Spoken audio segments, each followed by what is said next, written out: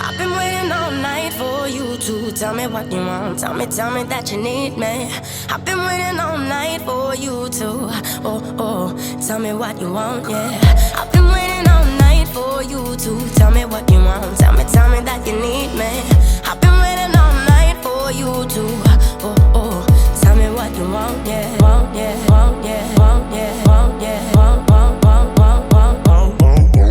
I've been waiting all night for Eu sou uma menina, mulher de 30 anos, sou mãe e uma mãe muito feliz.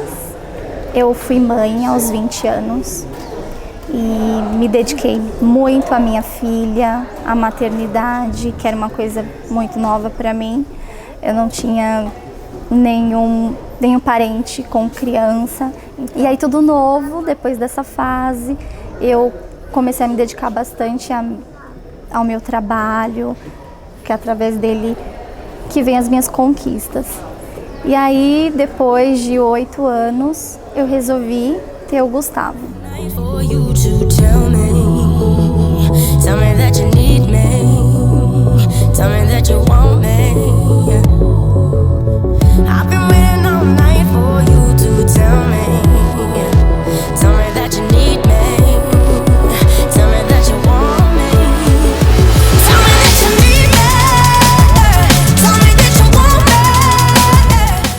Quando o Gustavo fez 1 ano, um dia após o aniversário dele, eu tive trombose. E a minha trombose foi muito grave, porque eu só descobri depois de 3 dias. E aí, depois de 1 ano de tratamento, eu fui fazer um exame de rotina por conta do meu problema de saúde e acabei descobrindo que eu tinha um tumor na minha vesícula. E já estava num tamanho bem grande. E aí a orientação que eu recebi é que eu precisava operar, tirar o tumor o mais rápido possível, porque ele estava crescendo muito rápido. Ele crescia mais ou menos 1,5 cm a cada mês. Eu só tinha 3% de chance de ficar viva. E era de 5 a 3, mas por conta da sequela que a trombose deixou, a médica achava que era mais para 3% mesmo. E aí eu vivi janeiro, fevereiro, março, abril e maio em desespero. Eu fui aconselhada pela minha médica a viver todos os dias como se fosse o último. E aí eu comecei a buscar meus filhos na escola. É um pouco complicado. É muito recente, bem doloroso. Comecei a ficar mais próxima, a dizer o quanto eu amava. Comecei a orientar, né, a minha filha, porque o Gustavo, ele só tem 2 aninhos, ele não entende. E aí eu comecei a viver. Comecei a ver o lado bom das coisas, comecei a amar, desde uma mudinha, que isso também é uma questãozinha da minha vida. Eu não tinha paciência com plantas, porque eu nunca tive tempo para cuidar.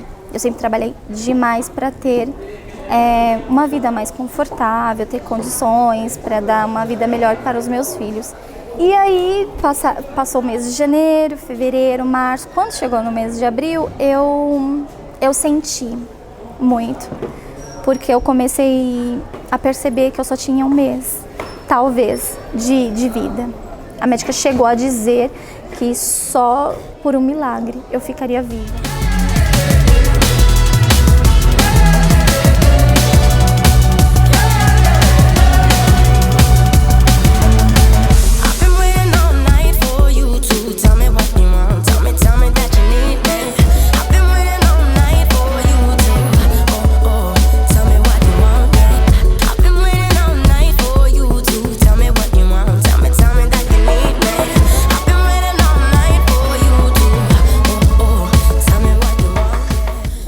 Antes, eu resolvi não levar os meus filhos para a escola. Eu queria passar um dia com eles. Mas de repente eu decidi que era melhor eles ir para a escola, porque eu estava no dia mais sofrido. Fiz alguns pedidos para o meu marido e também escrevi uma cartinha. Eu comecei essa carta acalmando os meus filhos, depois explicando a vontade de Deus, porque se essa fosse a vontade de Deus, que eles aceitassem. E aí fui dormir, mas aí ficava lá falando com Deus, falando: Deus, mas a minha vontade é só de ver os meus filhos crescer. E aí chegou o dia. Eu levantei, acordei, expliquei para minha mãe, para o meu marido onde estava a cartinha. Eu fiz uma para cada filho. E aí eu me despedi, dei um abraço na minha filha e falei assim para ela: lembra um dia que a gente pegou a estrada e só tava eu, ela e o Gustavo, e nós pegamos uma tempestade muito, muito forte, e aí ela começou a rezar e passou, a chuva passou imediatamente. E aí eu falei pra ela, aí ela falou assim pra mim: mãe, nossa mãe, passou, como você sabia que isso ia dar certo? Aí eu falei: porque eu acredito que Deus, Ele atende primeiro os pedidos das crianças, Ele dá prioridade para vocês. E aí eu pedi para ela, eu falei: faça isso de novo. E aí eu abracei o Gustavo, muito, muito, muito. Eu não tive muito o que falar para ele, porque ele é muito pequenininho. E aí eu me despedi do meu marido e fui levada para a sala de cirurgia sozinha. E aquele caminho que eles fizeram da sala de pré-operação para a sala da cirurgia, passou um filme.